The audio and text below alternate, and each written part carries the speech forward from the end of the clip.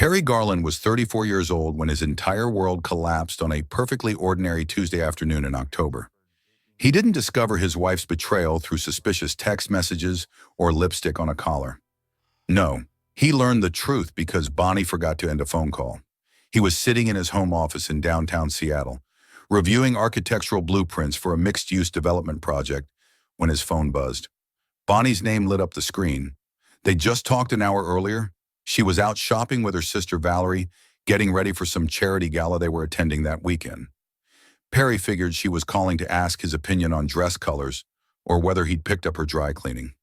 "Hey, babe," he answered, already pulling up his calendar to double-check if he'd forgotten something important. Silence. "Bonnie, you there?" More silence, but not the empty kind. He could hear background noise, muffled voices, the distant sound of traffic, the electronic ding of what sounded like a store entrance. She'd pocket-dialed him. It happened sometimes. Perry was about to hang up when he heard her voice, distant but clear enough to make out words. "God, Val, I can't believe I'm actually going through with this." Bonnie's laugh was sharp, nothing like the soft, musical sound Perry had fallen in love with 8 years ago. "I mean, part of me almost feels bad." "Almost?" Perry froze, his finger hovering over the end call button. His stomach tightened with an inexplicable dread. "Don't you dare feel guilty," another voice said. "Valerie, definitely. That man has had you living like you're middle class when you could be so much more. You deserve better than his 30-something architect salary and that modest little life." Perry's throat constricted. He made good money, nearly $120,000 a year. They lived in a nice condo, took vacations twice a year, never worried about bills. But he'd always been careful about money, conservative even. There was a reason for that, one he'd never shared with Bonnie, one he'd planned to reveal on their 10th anniversary, just 2 years away. "It's not just about the money," Bonnie said, and Perry heard the sound of hangers sliding on a rack. "Though God knows I'm tired of him acting like spending $300 on a dress is some major investment decision. It's that he's so safe, so predictable, so boring." Something in Perry's chest cracked, a clean break, like ice splitting under pressure. His breath caught in his throat. "Perry is pathetically oblivious," Bonnie continued, her voice dripping with contempt. "I've been seeing Derek for 7 months now, and he hasn't suspected a thing. Not once. You know what he did last week? He surprised me with reservations at that Italian place where we had our first date. Brought me flowers. Read me a poem he'd written." She laughed again, and it sounded cruel. "A poem, Val? Like we're teenagers. It was so embarrassing I could barely look at him." 7 months. The words echoed in Perry's head like a death knell. 7 months while he'd been planning anniversary surprises and writing terrible poetry because he knew it made her smile. Or so he'd thought. Perry's hand trembled as he gripped the phone tighter. Every word was a knife sliding between his ribs, precise and devastating. "So Derek's definitely better than—" Valerie started, but Bonnie cut her off. "Derek's everything Perry isn't. Confident, successful. He doesn't second-guess every decision or ask my opinion about every little thing like he's incapable of thinking for himself. And the sex, God, Val, I'd forgotten what it's like to actually want someone." Perry felt his face flush, hot, then cold. The room suddenly felt smaller, the walls pressing in. His hands were shaking so badly he nearly dropped the phone, but he couldn't bring himself to end the call. Some masochistic part of him needed to hear it all. "When are you telling him?" Valerie asked, her tone excited, like they were discussing vacation plans. "After the new year. Derek and I have it all planned out. I'll file in January. Apparently that's better timing for the settlement. My lawyer said I should easily get half of everything, maybe more if we play up the right angles. Perry has been putting everything in both our names like an idiot, so it'll be straightforward." The casual way she said "like an idiot" made Perry's jaw clench. He'd put everything in both their names because that's what you did when you loved someone, when you trusted them completely. "And he has no idea you've been planning this?" Valerie asked. "None whatsoever. I've been the perfect wife, cooking his favorite meals, laughing at his boring work stories, pretending to care about his little architectural projects. He's completely convinced we're happy, Bonnie paused and Perry heard the rustle of clothing. This weekend's gala will be perfect, actually. I'll play the devoted wife one more time. Smile for all the photos. Make everyone think we're the perfect couple. Then come January, boom. He won't know what hit him. Perry felt bile rise in his throat. That gala, he'd spent 2 weeks coordinating his schedule to attend, had his best suit dry cleaned, even bought tickets to the silent auction because Bonnie said it was important to her. All of it, every single moment, had been a performance. "You're cold," Valerie said, but she was laughing, clearly entertained. "I love it. And Derek's really worth all this?" Derek's a partner at Henderson and Associates. He drives a Porsche 911. His condo overlooks the waterfront. The penthouse unit, Val. In 6 months with him, I've been to more five-star restaurants than Perry has taken me to in 8 years. Bonnie's voice dropped lower, more intimate. Plus, Derek knows what he wants and takes it. Perry is always asking if I'm okay, if I'm happy, if I need anything. It's exhausting pretending to be into that kind of weakness. Weakness. She thought his care for her, his consideration, his love, all of it was weakness. Perry's vision blurred. He blinked hard, refusing to let tears fall. Not yet. Not while he was still listening to his wife plot his destruction like it was a game. "When does Derek's divorce finalize?" Valerie asked. "February. We're planning to move in together by March. His ex-wife is already with someone else, so it's uncontested. Easy peasy." Bonnie laughed, a sound that used to make Perry smile. "Meanwhile, I'll make sure Perry and I stay cordial through the divorce. It'll look better to the judge. Plus, if he thinks there's a chance at reconciliation, he might be more generous with the settlement. My lawyer specifically advised me to keep him hopeful. Easier to manipulate that way." The calculation in her voice was stunning. This wasn't a moment of weakness or confusion. This was planned, deliberate, strategic. She'd been playing him for months, maybe longer. "What about his family?" Valerie asked. "Won't they be suspicious if you're suddenly so friendly during a divorce?"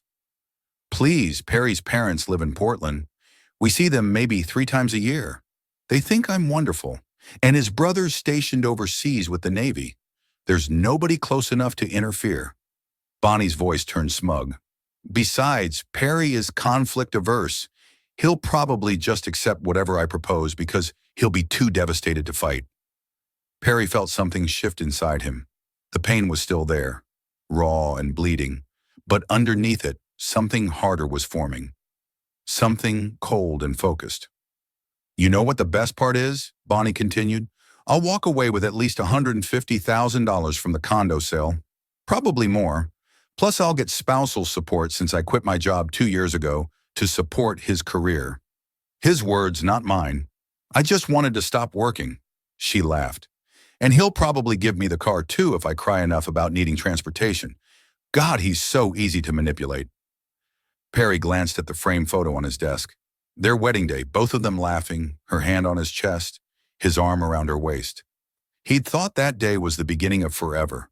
Apparently for Bonnie, it had been the beginning of a long con. The conversation continued.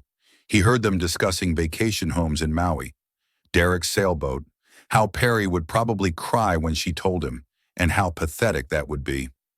Each word was another layer of betrayal, another revelation of just how little he'd actually known the woman he'd married. Then there was rustling, a muffled sound, and suddenly Bonnie's voice was crystal clear and very close to her phone. "Perry? Perry, are you there? Oh my God, how long have you been on this call?" Perry said nothing. His voice had abandoned him entirely. The silence stretched between them, heavy with everything he now knew. "Perry!" Her tone shifted, panic creeping in like water through a cracked dam. "If you heard anything just now, you need to understand. Val and I were just joking around. You know how we are. We get dramatic when we're shopping. Perry ended the call. For exactly 30 seconds, he sat in complete silence, staring at his phone screen. The afternoon sunlight slanted through his office window, dust motes drifting lazily in the beam. Everything looked the same as it had 20 minutes ago, but nothing would ever be the same again. Then his phone rang. Bonnie. He declined the call without hesitation. It rang again immediately. Declined. A text came through. "Marcus, please. Call me back. It wasn't what it sounded like. I can explain. Another text. You're being ridiculous. Call me right now. The shift from panic to anger happened in less than 2 minutes. Perry watched it unfold, seeing the pattern clearly now. This was who she was. Manipulative, calculating, willing to gaslight him even when he'd heard everything with his own ears. Then another text. Fine. Be childish. I'll be home in an hour and we'll talk about this like adults. Like adults, as if she was the reasonable one. As if he was having some kind of tantrum instead of responding to the fact that his wife had been cheating on him for 7 months and planning to divorce him for money. Perry's hands were shaking. He set the phone down carefully on his desk and stared at it, watching as more texts came through, each one a different manipulation tactic. Guilt, anger, bargaining. She was running through every trick in the book. But here's what Bonnie didn't know. What nobody except Perry's financial advisor and his late grandfather's estate lawyer knew. Perry wasn't the struggling, modest architect she thought he was. Like this video and subscribe to the channel now. There are brand new stories here every day. And if Bonnie's behavior already has you heated, drop a comment. Let me see how many of us are feeling the same way. When Perry's grandfather passed away 6 years ago, he'd left Perry a trust fund. Not an insane amount, but enough to change everything. $2.3 million, to be exact, invested conservatively and growing steadily. But there was a condition. Perry couldn't access the principal until he turned 35, just 18 months away. He could take distributions from the earnings, but he'd chosen not to. He'd wanted to prove to himself and to anyone he might marry that he could build a life on his own merit. He'd wanted to know that whoever loved him, not his money, not his inheritance, not his potential, him. Bonnie had no idea those funds existed. When they'd gotten married, Perry had signed a simple document confirming the trust's existence for legal purposes, but he'd downplayed it, called it a small inheritance that was tied up in investments. Bonnie had barely glanced at the paperwork, uninterested in anything that wasn't immediately accessible. She'd never asked for details and Perry had never volunteered them. He'd planned to tell her everything on their 10th anniversary. He'd even started planning how he'd reveal it. Maybe a surprise trip to Bali, a renewal of their vows, a future where they could do anything they wanted because they'd already proven they didn't need the money to be happy together. What a fool he'd been. Perry opened his laptop with steady hands. The initial shock was wearing off, replaced by something clearer, sharper. He pulled up his email and found his financial advisor's contact information, then his grandfather's estate lawyer. Then he opened a new document and started typing, recording everything he'd just heard while it was fresh in his memory. Every word, every laugh, every calculated comment about manipulating him through the divorce. His phone kept buzzing, more texts from Bonnie, then calls from Valerie, then a voicemail from Bonnie, her voice tear-soaked and desperate. Perry, please, baby, you have to let me explain. I love you. I don't know what you think you heard, but I love you so much. Please just call me back. Please. The performance was almost convincing. If he hadn't heard her laughing about his pathetic poem just minutes ago, he might have even believed her. Perry's mind was racing now, clicking through possibilities with the same methodical precision he used when designing buildings. Foundation first, structure, support systems. Then the details that made everything work. He needed a lawyer, not just any lawyer, the best divorce attorney in Seattle, someone who understood complex assets and trusts, someone who could move quickly and quietly. Perry had never considered himself a vindictive person, but listening to Bonnie plot to take everything from him while mocking his kindness had awakened something fierce and unforgiving in his chest. She wanted to manipulate him. Fine, let her try. He opened a new browser tab and started searching for divorce attorneys, cross-referencing reviews and specializations. His phone buzzed again, another text from Bonnie. I'm on my way home. We need to talk now. Perry glanced at the time. She'd be there in 30 minutes, maybe less if she was panicking. Good, let her panic. Let her wonder what he was thinking, what he was planning, whether he'd actually heard everything or just part of it. He found 3 attorneys with excellent reputations for high-asset divorces.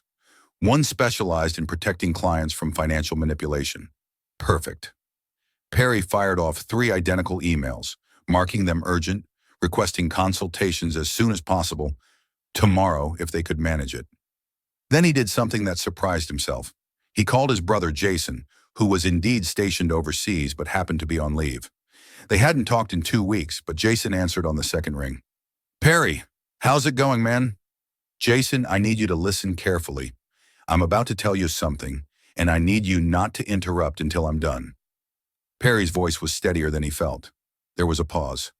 "Okay, you're scaring me a little, but okay, I'm listening." Perry told him everything.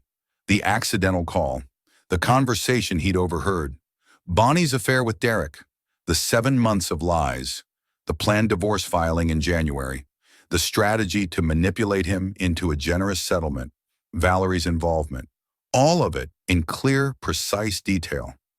When he finished, there was a long silence on the other end of the line.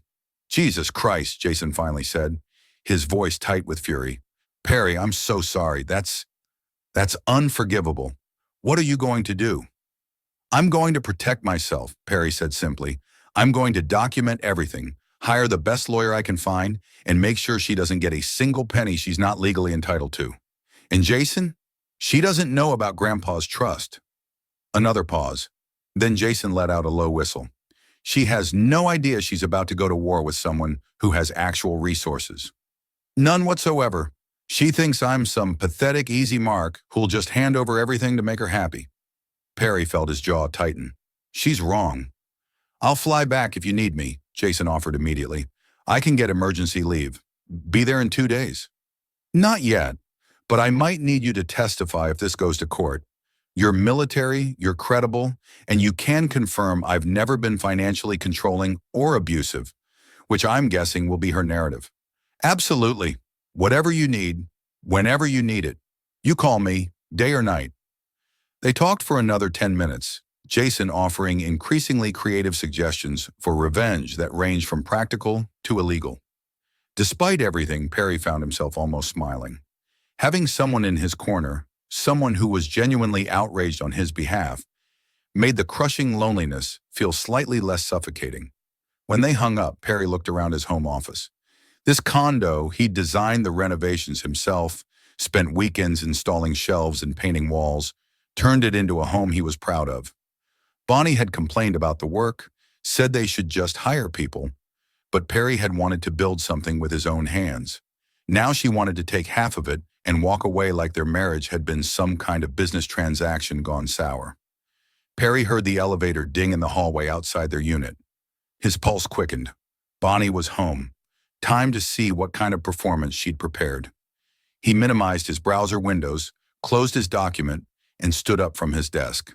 His legs felt shaky, but he forced himself to walk steadily toward the living room. He could hear her key in the lock, the door opening, her footsteps quick and urgent across the hardwood floor. "Perry!" Her voice was breathless, frightened. "Perry, where are you?" He walked into the living room and stopped, keeping the coffee table between them. Bonnie stood in the entryway, shopping bags dropped carelessly at her feet, her face flushed and her eyes wide. She looked beautiful. Noticed distantly. She always did. That was part of what had made this so easy for her. He'd never suspected someone who looked at him like she did could be lying so completely. "How much did you hear?" she asked, her voice small and careful. Perry just looked at her, saying nothing. He'd learned a long time ago that silence could be more powerful than any accusation. "Perry, please. Whatever you think you heard, it's not what you think. Val and I, we were just talking. We say crazy things when we're together. You know that." She took a step toward him, hands outstretched. "You know I love you. You know I'd never—" "7 months," Perry said quietly. "You've been sleeping with Derek for 7 months. You have a lawyer? You're planning to file for divorce in January. You think I'm pathetic and oblivious? You were going to play the devoted wife this weekend at the gala, smile for photos, then destroy me come New Year." His voice never rose above conversational volume, which somehow made it worse. "Did I miss anything?" Bonnie's face went white, then red, then white again. Her mouth opened and closed, but no sound came out. For the first time since he'd known her, she seemed genuinely at a loss for words. I heard everything, Bonnie. Everything. From the moment you started talking to Val about going through with it, to the part where you laughed about the poem I wrote you, to the detailed discussion of how you're going to manipulate me through the divorce. Every single word. Tears started streaming down her face, and Perry felt nothing. That was the strangest part.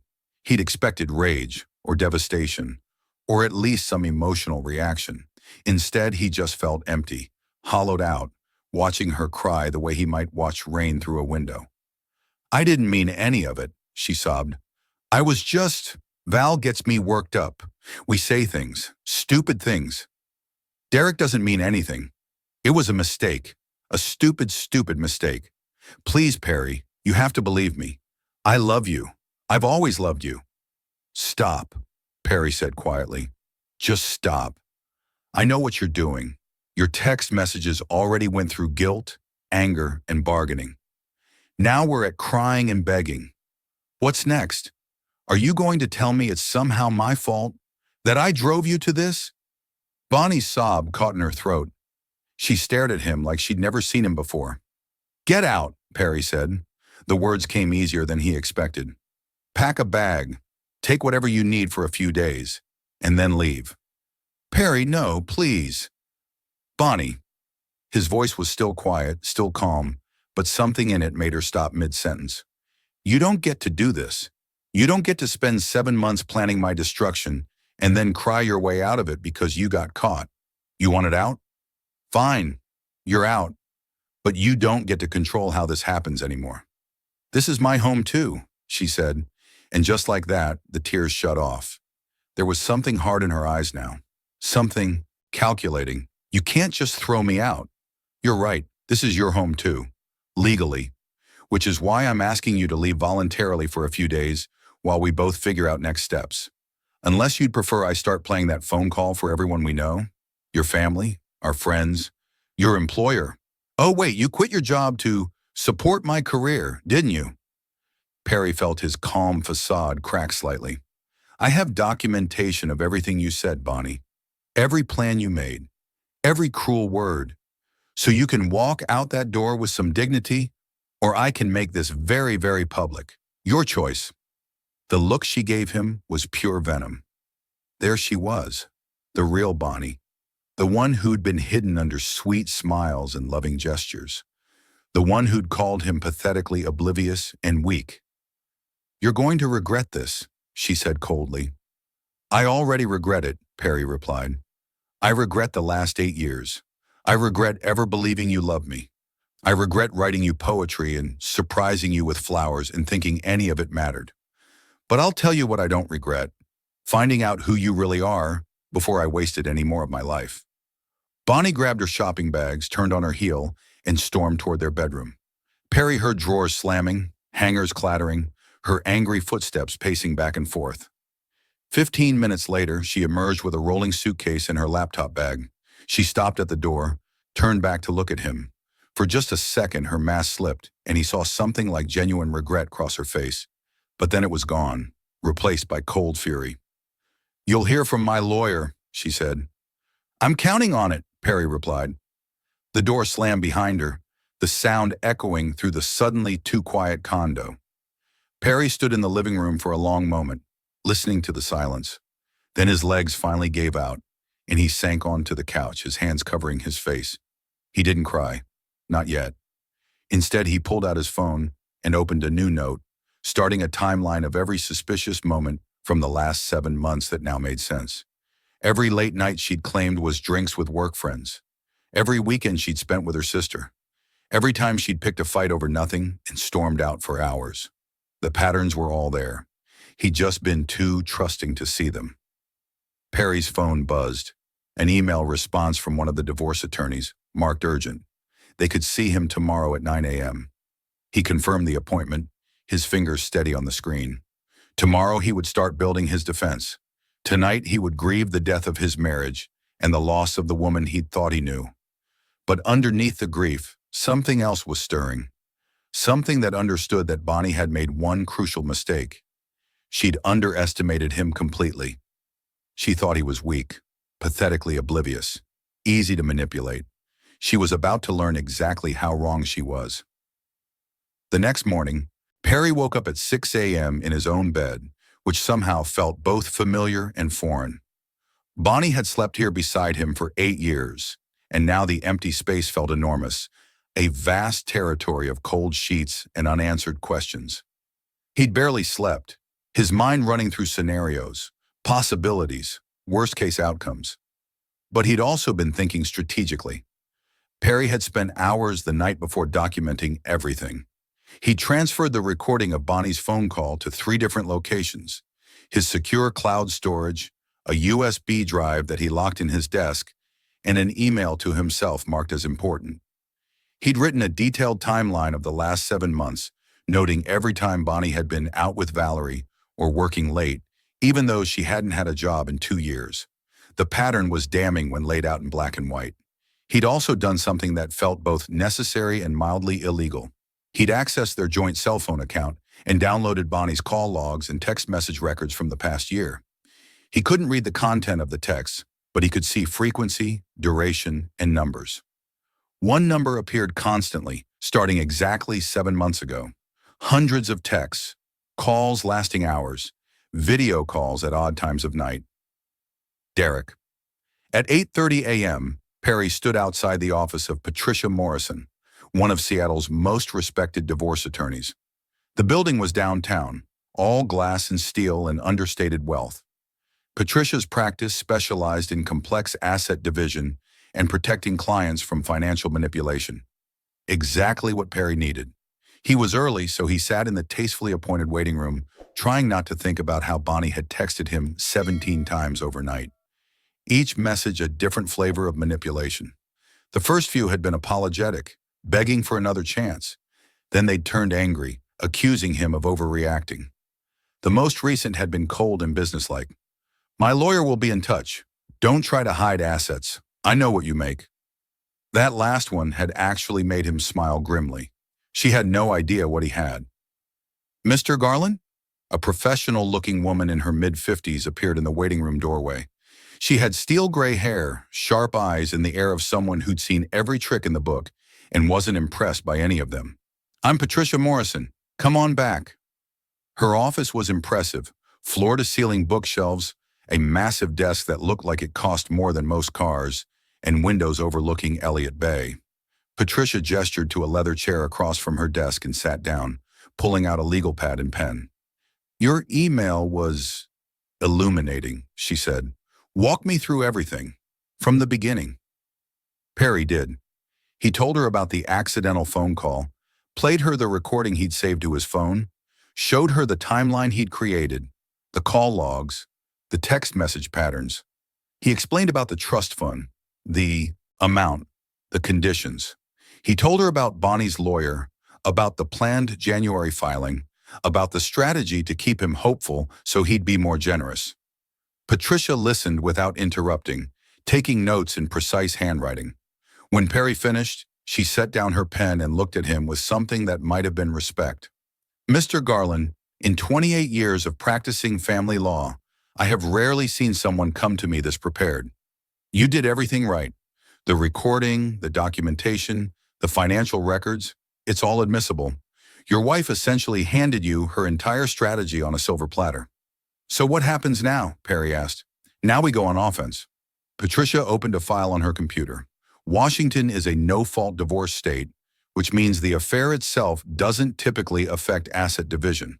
However, what does matter is that you have assets she doesn't know about, and you were smart enough not to commingle them with marital assets. Your grandfather's trust is classified as separate property because it was inherited by you individually, not during the marriage. But we've been married for 8 years. Doesn't some of it become community property? Not if it's in a properly structured trust that you haven't accessed. The principal and its growth remain separate property. Now, if you'd been taking distributions and depositing them in joint accounts, that would be different. But you didn't. You lived entirely on your salary, which means the trust is almost entirely protected.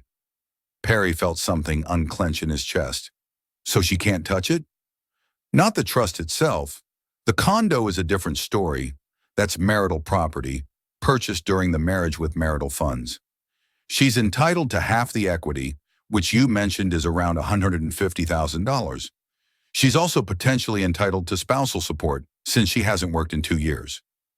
She quit to support my career, Perry said bitterly, which apparently meant sleeping with someone else while I paid all the bills. Patricia's lips twitched in what might have been a smile. The spousal support is where this gets interesting. In Washington, support is determined by need, the standard of living during the marriage, and the ability of the spouse to become self-supporting. However, you have documentation that she's planning to move in with her wealthy boyfriend. You also have proof that she lied about her reasons for quitting work. She admitted on that recording that she just wanted to stop working. Can we use that? Absolutely. It demonstrates that she doesn't actually need support and that her claims of financial dependency are fraudulent. We can also argue for a shorter duration of support or a reduced amount based on her affair and her plans to cohabitate with Derek. Patricia leaned forward. But here's what I want to do. I want to file first. Perry blinked. I thought she was planning to file in January. She is, which means we need to beat her to it. If we file first, we control the narrative. We set the terms of the initial pleadings. And most importantly, we catch her off guard. Exactly like she caught you off guard with that phone call. When would we file? Today, if you're ready, I can have the paperwork prepared in 2 hours. We file this afternoon, and she's served tomorrow morning. Patricia pulled up a calendar. The timing is perfect, actually. It's early November. By the time we get through initial hearings and discovery, it'll be the holidays. That works in our favor. Judges tend to be more sympathetic during the holidays, and your soon-to-be ex-wife will be scrambling to adjust her strategy while trying to maintain appearances. Perry thought about Bonnie's text. Don't try to hide assets. I know what you make. The arrogance of it, the certainty that she had all the information she needed. Do it, he said. File today. Patricia nodded, her expression satisfied. Good. Now let's talk strategy. Your wife has made several crucial mistakes. First, she underestimated you. Second, she documented her plans in a way you can prove. Third, she doesn't know about your trust fund. These are significant advantages. What about Derek? Perry asked. Is there any way to, I don't know, make his life difficult too? Is Derek married? Separated, getting divorced in February, according to Bonnie. Patricia made a note. We'll want to find out more about his divorce. If his wife doesn't know about the affair, that information might be useful. Not as leverage against Bonnie directly, but it creates pressure. Also, you mentioned Derek is a partner at Henderson and Associates. That's what Bonnie said. That's a prestigious firm with a strong reputation. They might be very interested to know one of their partners is having an affair with a married woman, especially if that affair is documented and affecting divorce proceedings. Many firms have morality clauses in their partnership agreements. Perry felt a spark of satisfaction. You're saying we could make this impact his career? I'm saying that information has a way of traveling, Mr. Garland, especially information as well documented as what you have. Patricia looked at him directly. How far are you willing to go with this? Perry thought about Bonnie's voice on that recording. He's pathetically oblivious. It's exhausting pretending to be into that kind of weakness. If he thinks there's a chance at reconciliation, he might be more generous with the settlement. As far as it takes, he said quietly. I want her to understand that there are consequences for treating people like this. I want her to know that kindness isn't weakness, and underestimating someone is a mistake. Patricia smiled, a sharp, pleased expression. Then let's build an airtight case. By the time we're done, she'll be lucky to walk away with what she's legally entitled to and nothing more. No manipulation, no generous settlement, no playing on your sympathy. Just cold, hard facts and the consequences of her choices. They spent the next hour going through details. Perry signed a retainer agreement, $25,000 up front, which he paid from his personal checking account. Patricia had him sign a dozen forms authorizing her to request financial records, phone records, and other documentation. She had him write out a detailed statement about his marriage, Bonnie's affair, and the events leading up to the accidental phone call. At noon, Patricia's paralegal brought in the first draft of the divorce petition. Perry read through it carefully. It was clinical, precise, devastating. It requested immediate separation of assets, limited spousal support based on cohabitation with a romantic partner, and included a motion to preserve all financial records and communications. We're also going to request a temporary restraining order, preventing either party from disposing of marital assets or taking on significant debt, Patricia explained. This prevents her from running up credit cards or selling property before the divorce is final. Perry signed the documents, his hand steady. By 2 p.m., they were filed with King County Superior Court. By tomorrow morning, Bonnie would be served with papers at whatever location she'd given as her current address. Probably Valerie's house, Perry guessed, since she'd mentioned her sister repeatedly in that phone call. What happens next? Perry asked as he prepared to leave. She'll have 20 days to respond.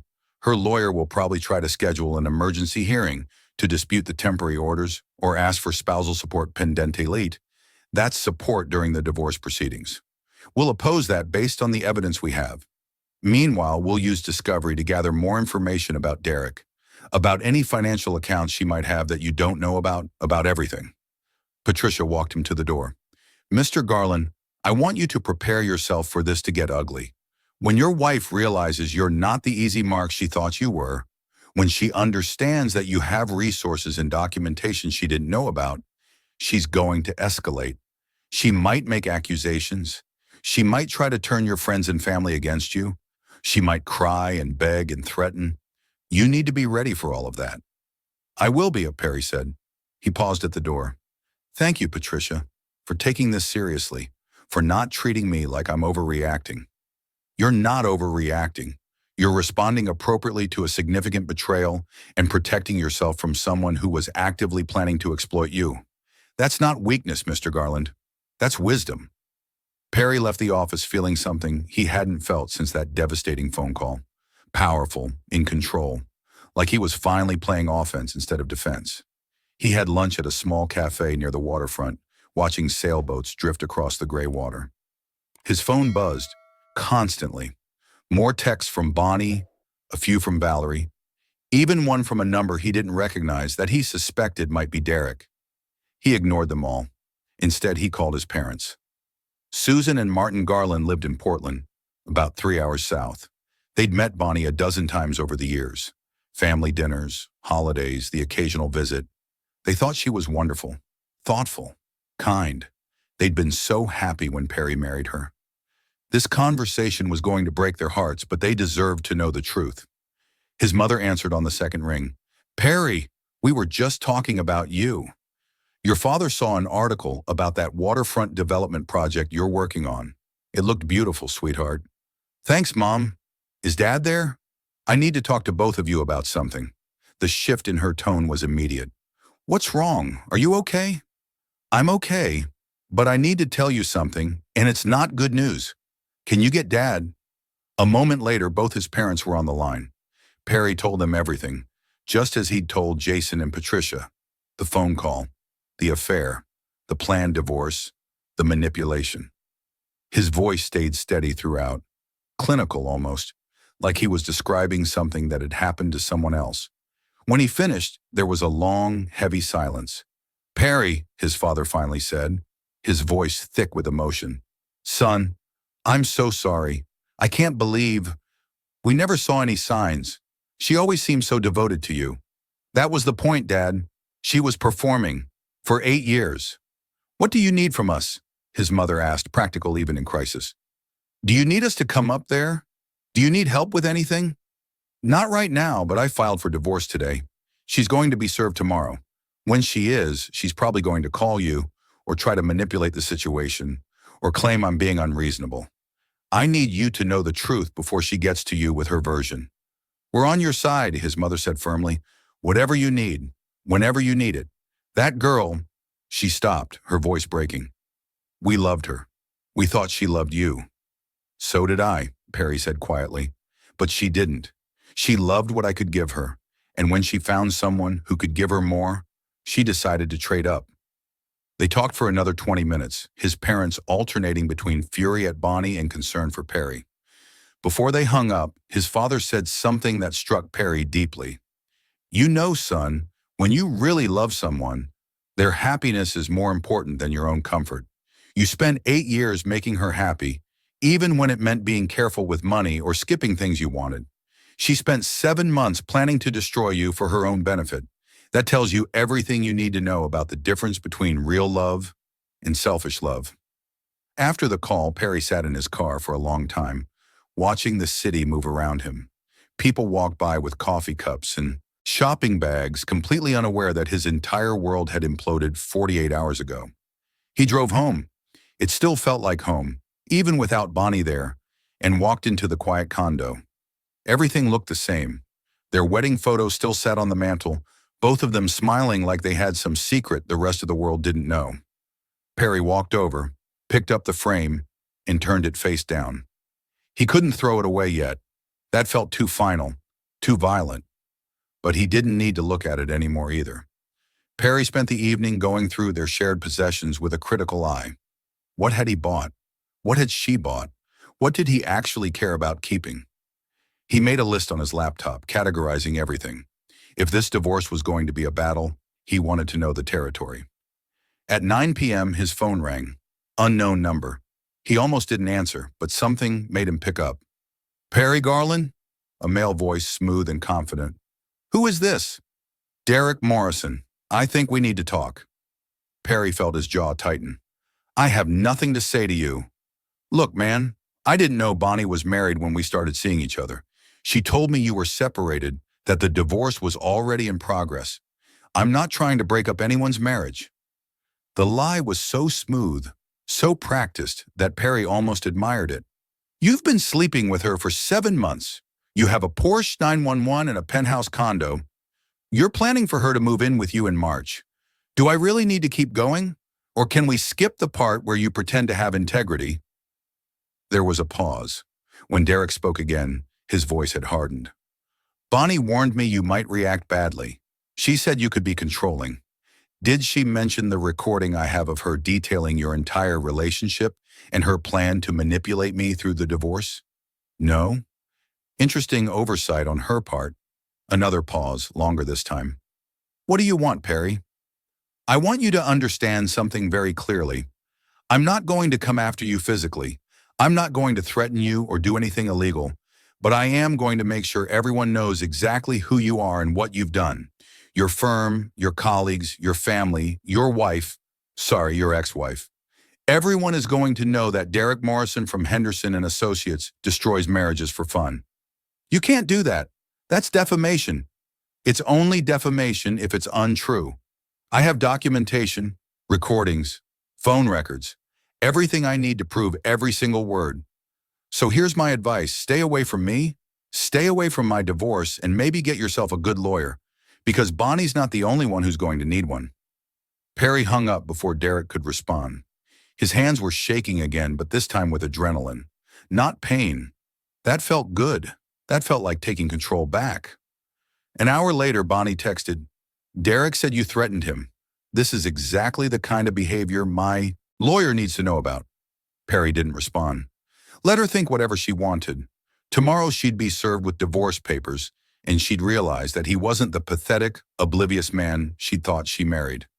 He was something much more dangerous, someone who'd been underestimated. Make sure you're subscribed to this channel if you have not, because the ending of this story will blow your mind. And drop a comment below telling me what you think Perry should do next. The next morning, Perry woke to 17 missed calls and 34 text messages. He checked the time. 7:47 a.m. The process server must have reached Bonnie. The texts were a journey through the stages of rage. The first few were panicked. What did you do? You filed for divorce? Without even talking to me? Then angry. You are such a coward. You can't even face me. You have to do this through lawyers. Pathetic. Then threatening. My lawyer is going to destroy you. You have no idea what you've just started. You're going to regret this. Then bargaining.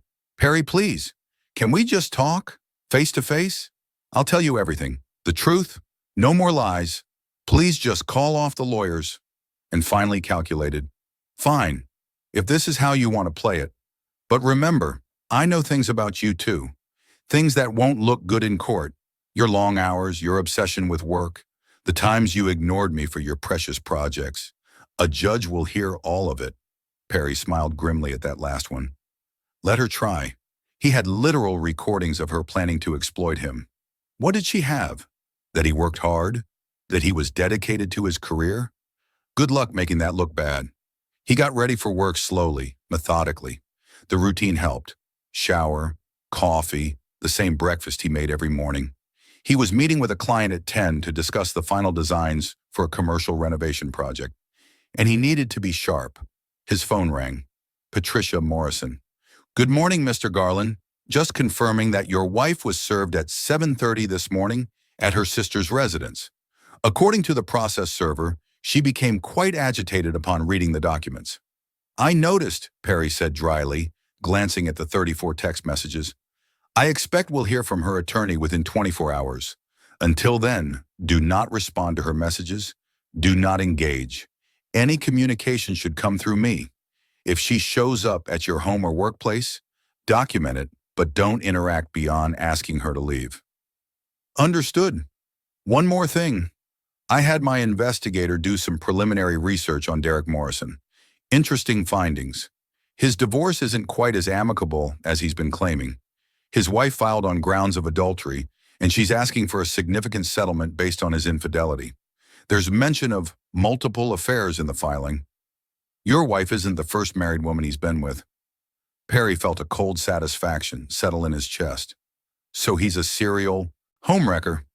It appears so, which means two things. One, Bonnie has chosen a partner with a proven pattern of dishonesty and infidelity.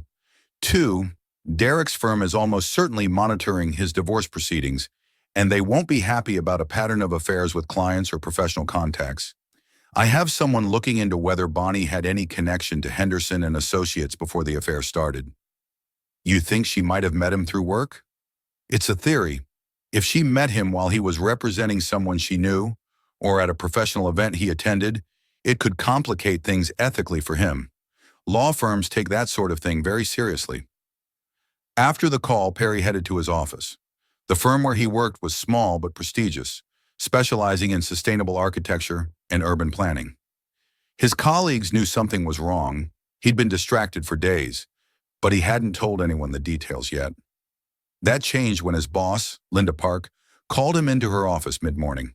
Perry, I need to ask you something, and I need you to be straight with me. Linda was 60, brilliant, and had built the firm from nothing 30 years ago. Are you okay? You've been off lately, and this morning you look like you haven't slept in a week. Perry sat down heavily. Bonnie and I are getting divorced. She's been having an affair for 7 months, and I only found out 3 days ago. Linda's expression shifted from concern to fury. That woman. I never liked her, Perry. I know I never said anything, but she always struck me as someone more interested in status than substance. You weren't wrong. Perry found himself telling her everything. Not the full story, but enough. The accidental phone call, the affair, the planned manipulation, the divorce filing. When he finished, Linda shook her head. I'm sorry you're going through this, but I have to say, I'm impressed by how you're handling it. You're being smart, strategic, not letting emotion override good judgment. I learned from the best, Perry said, managing a small smile. You always taught us to look at problems systematically, break them down into manageable pieces. Well, apply that philosophy to your personal life. And Perry, take whatever time you need. If you need to leave early, work from home, take a few days off, just tell me. Your work has been exceptional for 6 years. You've earned some flexibility. The rest of the day passed in a blur of meetings and design reviews. It was almost a relief, focusing on concrete problems with clear solutions. Beam load calculations didn't cheat on you. Architectural codes didn't lie about their intentions. At 5 p.m., just as Perry was packing up to leave, his phone rang. Unknown number. He almost ignored it, but something made him answer. Is this Perry Garland? A woman's voice, uncertain and strained. Yes, who is this? My name is Jennifer Morrison. I'm Derek's wife. Soon-to-be ex-wife, I guess. Perry felt his pulse quicken. How did you get my number? Your wife called me 3 hours ago. She told me I needed to stop causing problems, that my divorce was affecting her relationship with Derek, and that I should just accept the settlement his lawyers are offering and move on. Jennifer's voice cracked. She called me bitter and pathetic. She said Derek was happier with her than he ever was with me, and that I needed to let go. I'm sorry she did that, Perry said quietly.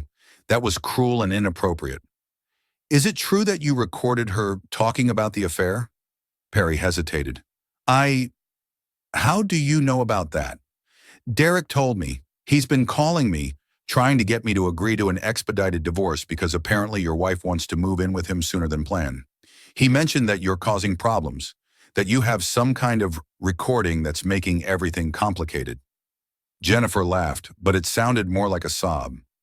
I was married to him for 11 years. 11 years, and I thought we were happy. Then I found out about the affairs, plural, multiple women, all married, all convinced he was their soulmate. He has a type, apparently. Married women with something to lose. I'm sorry, Perry said again, and meant it. You didn't deserve that. Neither did you. Jennifer was quiet for a moment. I called because I wanted to warn you. Derek is good at manipulation. He's good at making people believe he's the victim, that circumstances just happened to him rather than being choices he made. And your wife, Bonnie, right? She's going to believe him. She's going to think she's special, that their love is different from all his other affairs. But it's not. It's the same pattern he follows every time. What pattern? He finds someone who's unhappy or vulnerable. He love bombs them.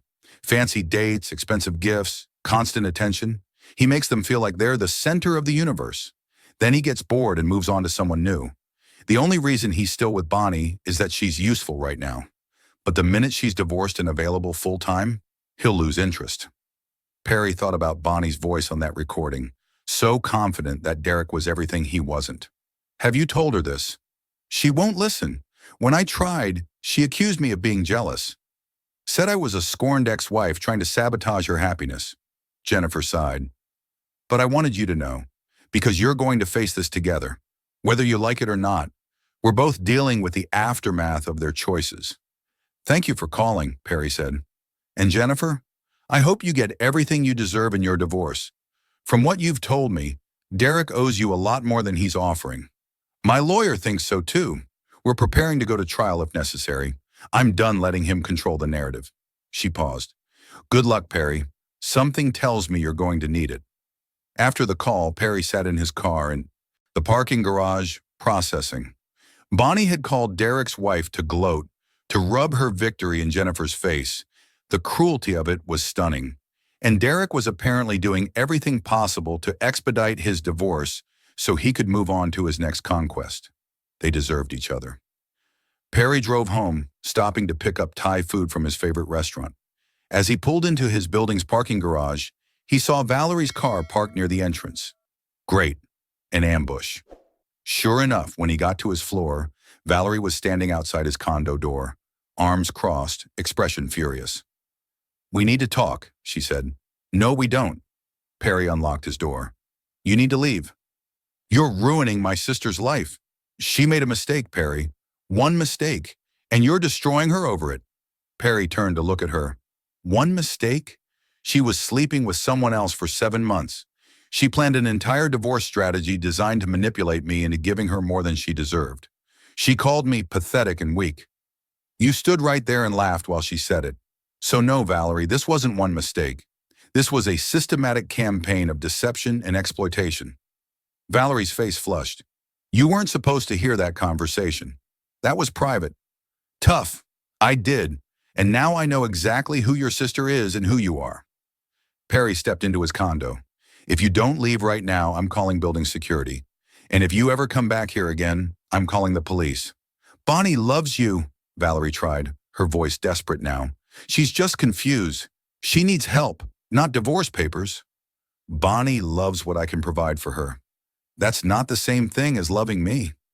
Perry started to close the door. Goodbye, Valerie. Give my regards to Derek. He closed the door on her protests, locked the deadbolt, and leaned against it, breathing hard. His food was getting cold, but he couldn't bring himself to move yet. His phone buzzed. A text from Patricia. Bonnie's attorney just contacted me. They want to meet tomorrow to discuss settlement options. I told them we're not interested in settling, until we complete discovery. Expect escalation. Escalation. That's exactly what this was becoming, and Perry was ready for it. If you're enjoying this story, hit that like button and let me know in the comments what you would have done in Perry's situation.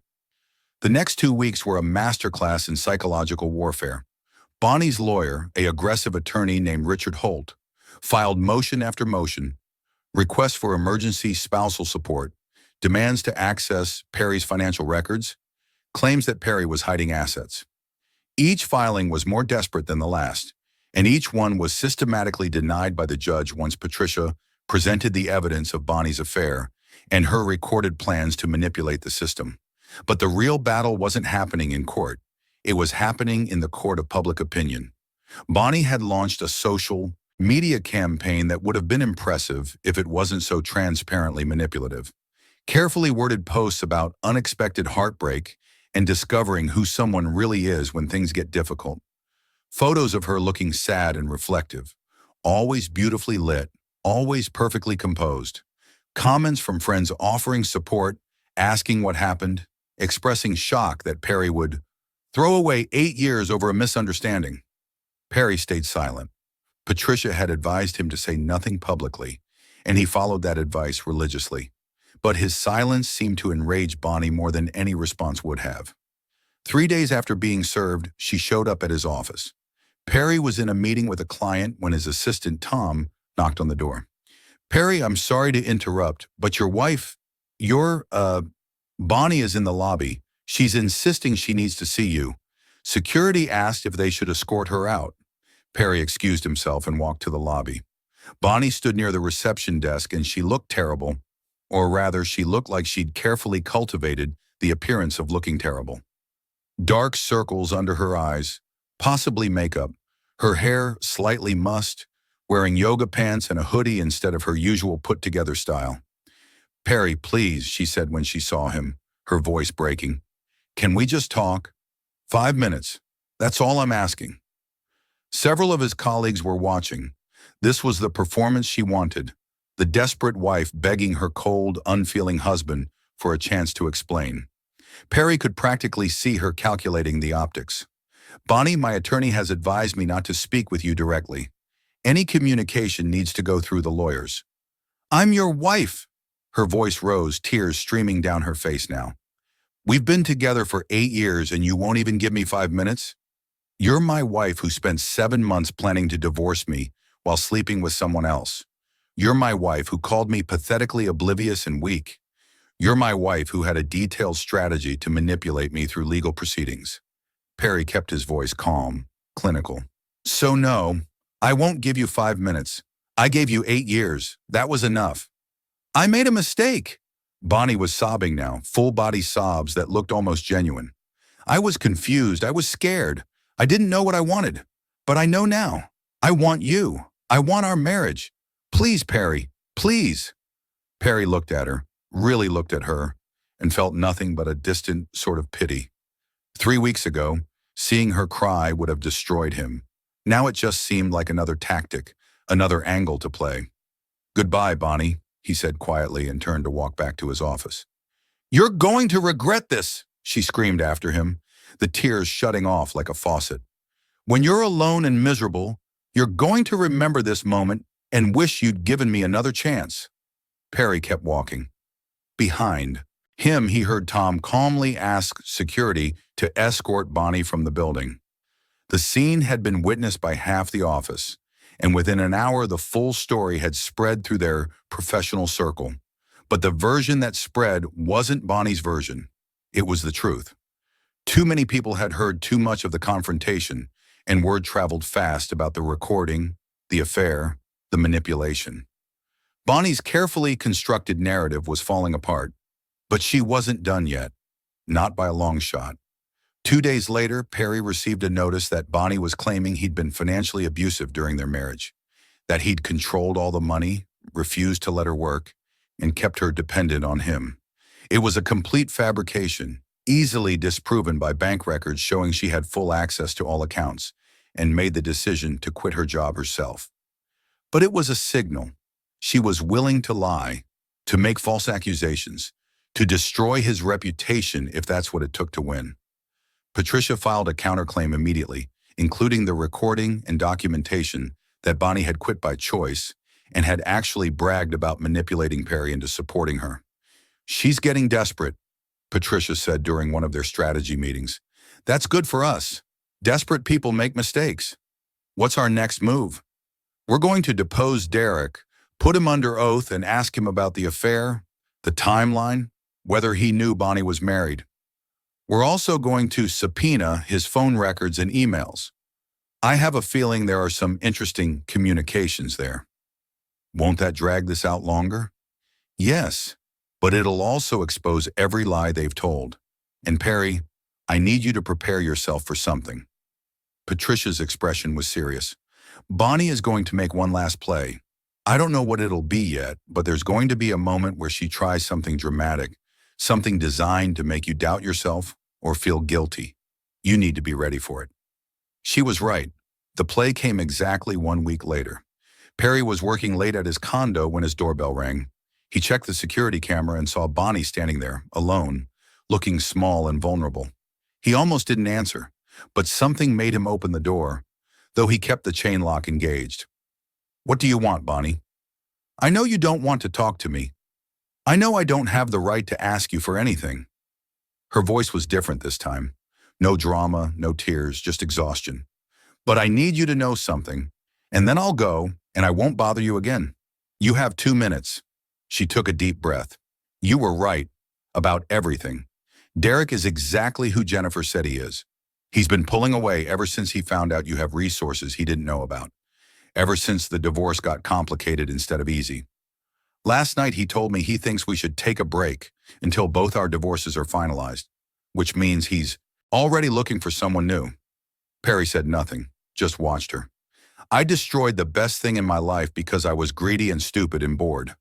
I threw away someone who actually loved me for someone who was just using me, and now I have nothing. No marriage, no boyfriend, no job, no money. I'm staying on Val's couch and she's already tired of me being there." Bonnie's composure cracked. "I'm not asking for another chance. I know I don't deserve that. I'm just asking, did I ever mean anything to you? Or is it really that easy for you to just turn off 8 years?" This was the moment Patricia had warned him about. The moment designed to make him doubt, to make him feel cruel, to make him think maybe he was being too harsh.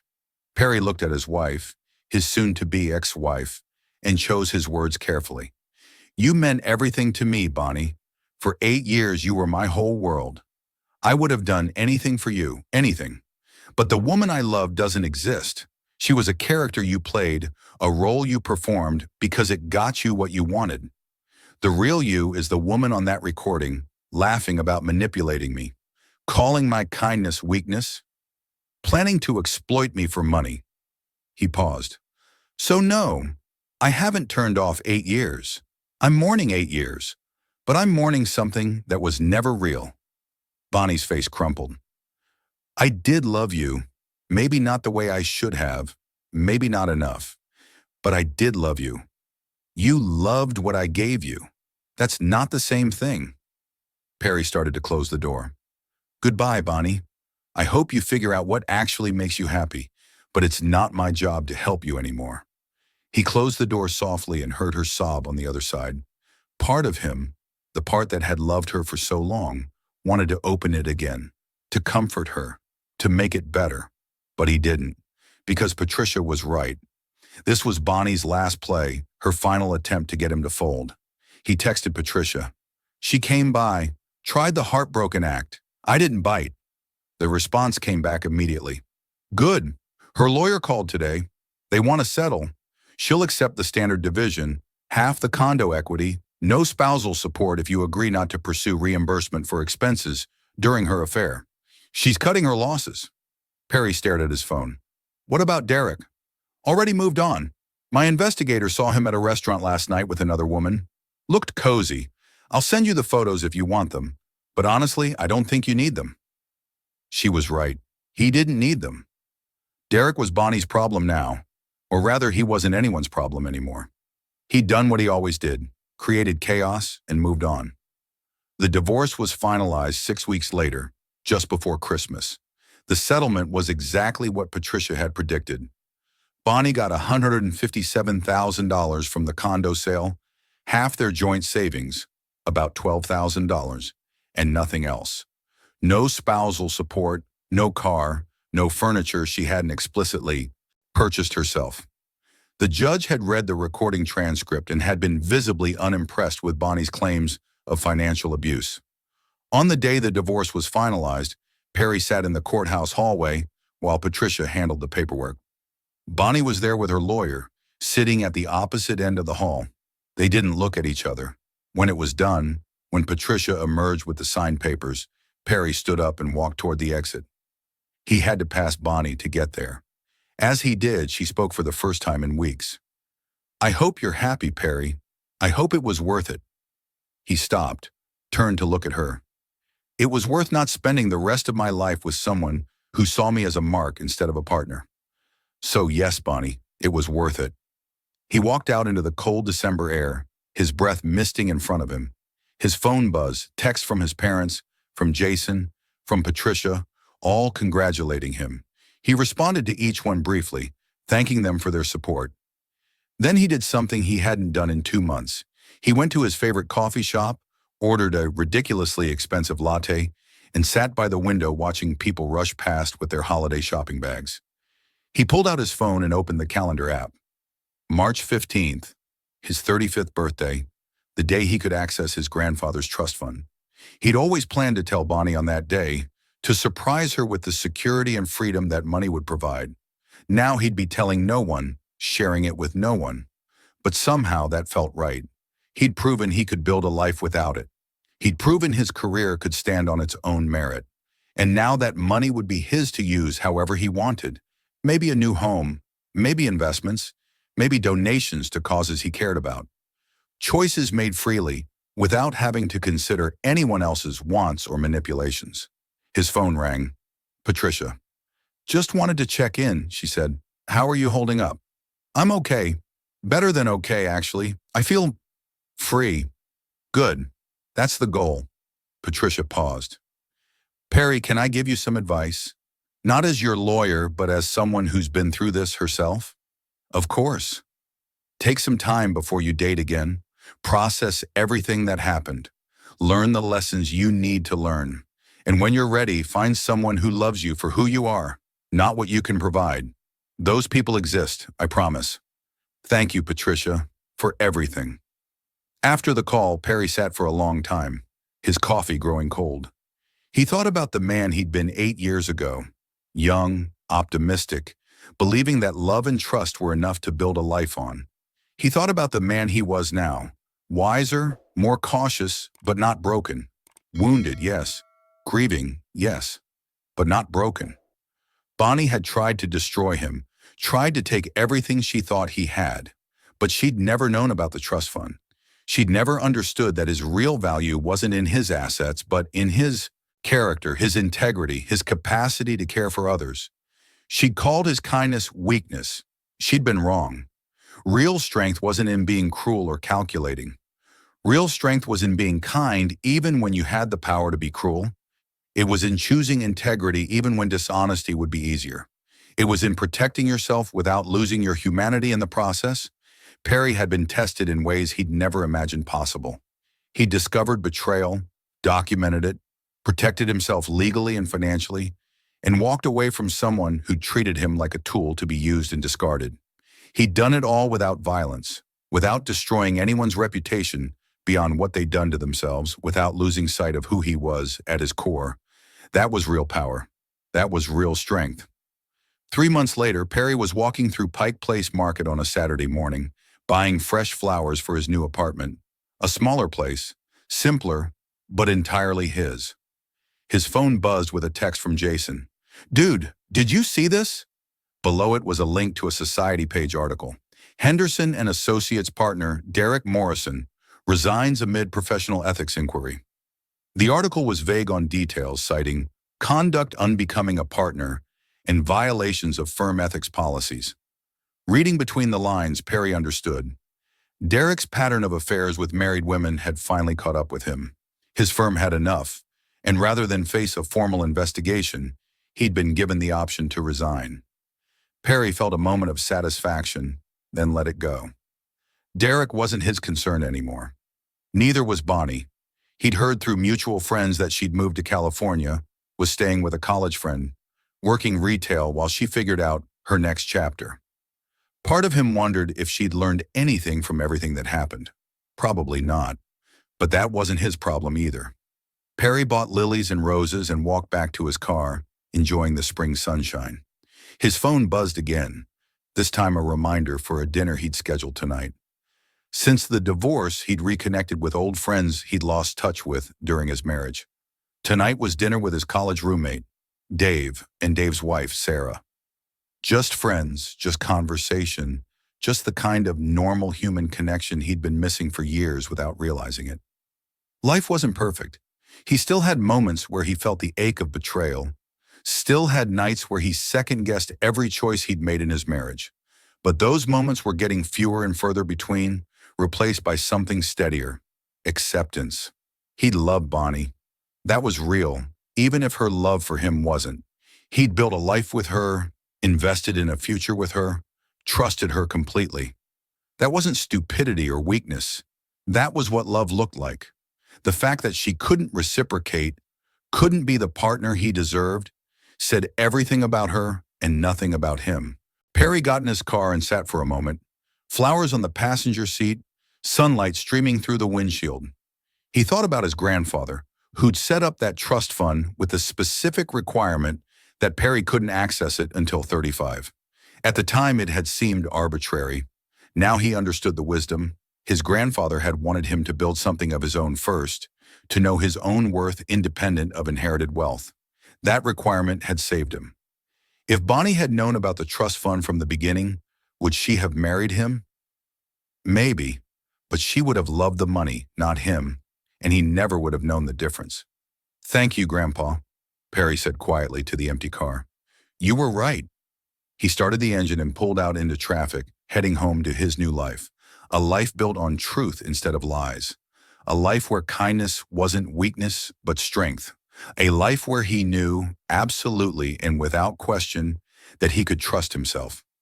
Bonnie had tried to break him. Instead, she'd revealed who she truly was and given him the gift of clarity. And Perry Garland, 34 years old and newly divorced, was finally completely free. Perry learned something profound through his ordeal, that the best revenge isn't revenge at all. It's living well and refusing to let someone else's cruelty change who you are at your core. He'd faced betrayal with intelligence rather than violence, protected himself with strategy rather than spite, and walked away with his integrity intact. Bonnie had called his kindness weakness, his consideration pathetic, his love a liability. But in the end, those qualities were what saved him. His kindness meant he'd been patient enough to listen to that entire phone call, gathering evidence. His consideration meant he'd documented everything carefully, building an unassailable case. His love meant he'd put everything in both their names, which made it crystal clear in court that he'd never been controlling or financially abusive. Her cruelty had become her downfall. His kindness had become his armor. And if there's a lesson in Perry's story, it's this: never confuse kindness with weakness. Never assume someone's goodness means they can be exploited. And never underestimate the person you're betraying. They might be far stronger, far smarter, and far more capable than you ever imagined. Perry learned that justice doesn't always look like revenge. Sometimes it looks like walking away with your head high, your resources protected, and your character intact. Sometimes the best victory is simply refusing to become the villain in someone else's story. He'd been tested in the fire of betrayal and emerged not hardened, but refined. Still capable of trust, but wiser about where to place it. Still capable of love, but more discerning about who deserved it. Still kind, but no longer confused about the difference between kindness and enabling someone's cruelty. 3 months after his divorce was finalized, Perry stood in his new apartment, looking out at the Seattle skyline as evening fell. His phone buzzed with a text from his father. "Proud of you, son. Your grandfather would be too." Perry smiled, set his phone down, and returned to the architectural plans spread across his dining table. He had a meeting on Monday about a new civic center project, the biggest commission of his career so far, one that had come to him based solely on his reputation and skill. He'd built this life himself, without deception, without shortcuts, without compromising who he was. And when his 35th birthday came and the trust fund became accessible, he'd build even more. Not because he needed the money to prove anything, but because he'd already proven everything that mattered. Bonnie had wanted to take everything from him. Instead, she'd given him the greatest gift possible, the absolute certainty of who he was, what he was worth, and what he would never accept again. And that, Perry thought, as he bent over his plans, pencil in hand, was worth more than any settlement, any revenge, any amount of money in the world. He was free, he was whole, he was enough, and he always had been. If you enjoyed this story, like this video and leave a comment telling me what you thought. And if you're not already subscribed to the channel, please subscribe and hit the notification bell to get alerts for new stories like this one. Thanks for watching, and I'll see you next time.